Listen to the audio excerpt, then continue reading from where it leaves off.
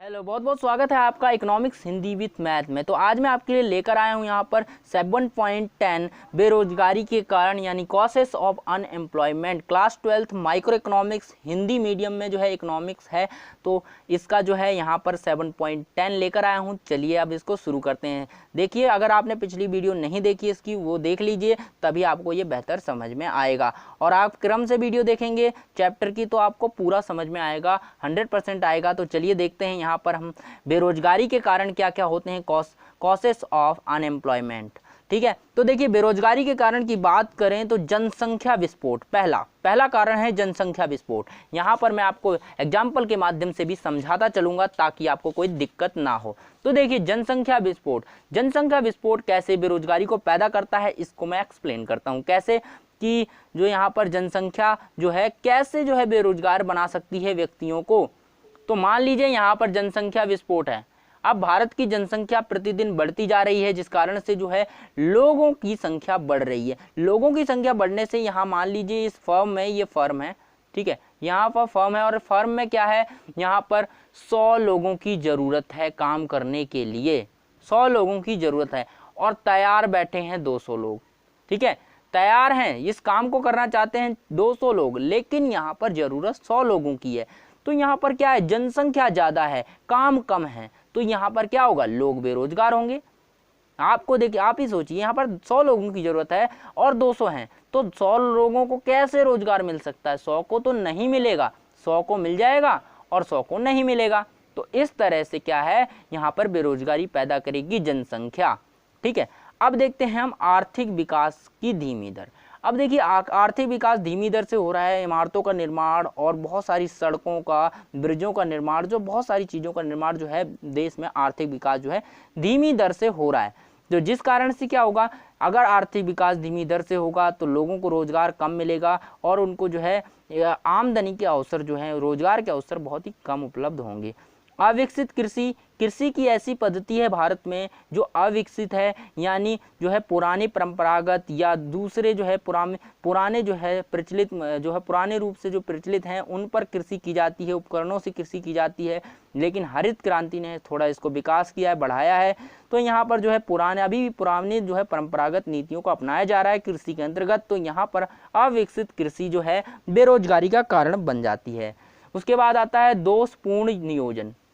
नियोजन का क्या होता है? नियोजन का मतलब होता है कुछ भी काम करने से पहले सोच विचार करना, उसकी पूरी योजना बनाना, उसे कहते हैं हम नियोजन। ठीक है, यानी कुछ भी काम करने से पहले सोचना, उसे कहते हैं नियोजन। तो दोषपूर्ण नियोजन है। यहाँ भारत में जो है कोई भी काम शुरू किया जाता है तो उसके पहले से जो है उसमें अच्छी नीति नहीं बनाई जाती। जो कोई भी काम करने जाते हैं तो उसके जो है अच्छी नीति नहीं बनाई जाती, जिसके कारण वो काम जो है असफल रहता है, पूरी तरह नहीं हो पाता है और लोगों को ये बेरोजगार कर देता है, बेरोजगारी का कारण बन जाता है।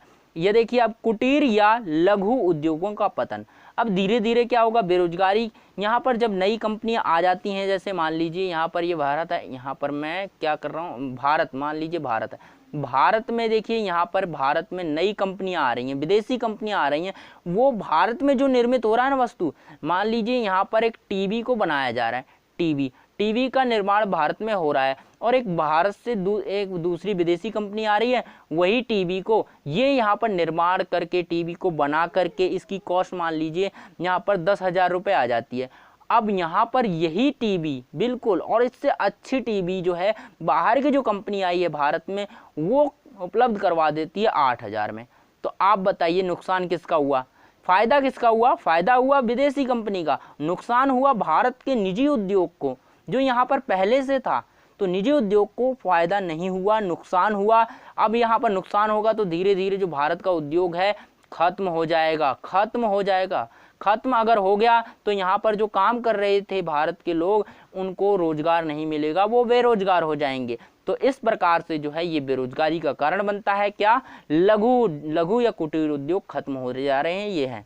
उसके बाद है निम्न पूंजी निर्माण। निम्न पूंजी निर्माण का मतलब है, पूंजी निर्माण का मतलब जो है निम्न पूंजी निर्माण है। जो यहाँ पर जो भी लोग हैं वो निम्न पूंजी निर्माण कर रहे हैं। जब भी कोई काम करते तो उन्हें बहुत कम पैसा मिलता है, बहुत ज़्यादा पैसा नहीं कमा पा रहे हैं। उसके बाद देखिए अपर्याप्त रोजगार नियोजन। अपर्याप्त रोजगार का नियोजन है, यानी रोजगार जो है नियोजन का मतलब होता है पहले से सोच विचार करना, पहले से नीतियां बना लेना। अपर्याप्त है रोजगार नियोजन, यानी जो रोजगार प्रदान करने के लिए जो बहुत सारी नीतियां सरकार द्वारा बनाई जाती हैं वो क्या होती हैं, नियोजन उनका सही से नहीं किया जाता, उनका जो है अच्छे से सोच विचार नहीं किया जाता कि किस प्रकार से ये नीति काम करेगी और कैसे इसके रिजल्ट होंगे, अच्छे से नियोजन नहीं किया जाता, इसलिए अपर्याप्त है रोजगार योजना। तो ये भी रोजगार यहाँ पर बेरोजगारी का कारण है। उद्योगों का धीमा विकास, जो उद्योग बन रहे हैं, उद्योग जो है धीमा विकास हो रहा है, उद्योग जो है बहुत ही धीमी गति से चल रहे हैं, जिस कारण से लोगों को यहाँ पर रोजगार नहीं मिल पा रहा है। और उसके बाद दोषपूर्ण शिक्षा पद्धति, ठीक है, दोषपूर्ण शिक्षा पद्धति है, यहाँ पर केवल ज्ञान दिया जाता है, शिक्षा दी जाती है, प्रशिक्षण नहीं दिया जाता। शिक्षा और प्रशिक्षण में बहुत अंतर होता है। शिक्षा होती है किसी चीज को करने का ज्ञान देना, और प्रशिक्षण होता है किस काम को कैसे करना है वो सिखाना, वो होता है प्रशिक्षण, ठीक है। अगर व्यक्ति देखिए, मान लीजिए एक व्यक्ति काम को करके सीखता है और एक व्यक्ति काम को पढ़ के सीखता है, ठीक है, यानी कोई चीज है, अब देखिए एक चीज है यहाँ पर एक व्यक्ति ने क्या करा, एक व्यक्ति ने यहाँ पर एक बुक ले ली, इस तरह से यहाँ पर एक बुक ले ली और इस बुक से पढ़ लिया, ठीक है, और एक व्यक्ति है इसी काम को इसने क्या करा, फैक्ट्री में गया और सीखा। तो ये जो चीज है ये शिक्षा है और ये जो है ये है प्रशिक्षण, ठीक है। शिक्षा और प्रशिक्षण इसमें अंतर होता है। तो यहाँ भारत में शिक्षा पद्धति को बढ़ावा दिया जा रहा है, प्रशिक्षण को कम। तो यहाँ पर क्या है, शिक्षा और प्रशिक्षण दोनों को साथ साथ लेकर चलना पड़ेगा, तभी जो है यहाँ पर शिक्षा की दोषपूर्ण जो पद्धति है उसमें विकास होगा, वो बेहतर हो पाएगी। तो आई होप यहाँ पर देखिए मैंने सारे कारण आपको बता दिए क्या क्या हैं। देखिए दोबारा से रिवाइज कर लेते हैं। जनसंख्या विस्फोट है, यानी जनसंख्या बढ़ती जा रही है, आर्थिक विकास की धीमी दर है, अविकसित कृषि पद्धति, दोषपूर्ण नियोजन है। उसके बाद है कुटीर या लघु उद्योगों का पतन होता जा रहा है, निम्न पूंजी निर्माण हो रहा है, अपर्याप्त रोजगार के नियोजन किया जाता है और उद्योगों का धीमा विकास हो रहा है, दोषपूर्ण शिक्षा पद्धति है।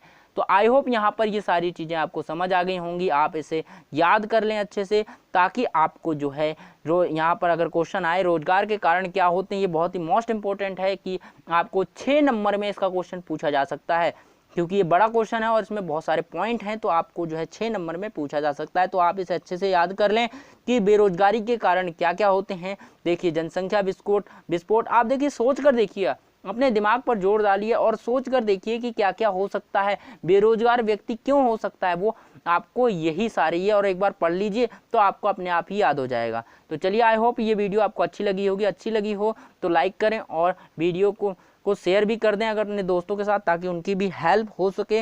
हिंदी मीडियम में आपको जो यहाँ पर पूरा सिलेबस मिल जाएगा इकोनॉमिक्स का, क्लास 12th का, और जो है यहाँ पर इकोनॉमिक्स का यहाँ पर 11th का। तो सारा सिलेबस फ्री ऑफ कॉस्ट मिल रहा है आपको। तो आपको क्या करना है, वीडियो को शेयर करना है, और अगर पहली बार चैनल पर आए हैं तो सब्सक्राइब करके चैनल को लाइक जरूर कर लें, मतलब बेल आइकन को जरूर दबा लें। चलिए फिर मिलते हैं एक नए टॉपिक के साथ एक नई वीडियो में, तब तक के लिए बाय।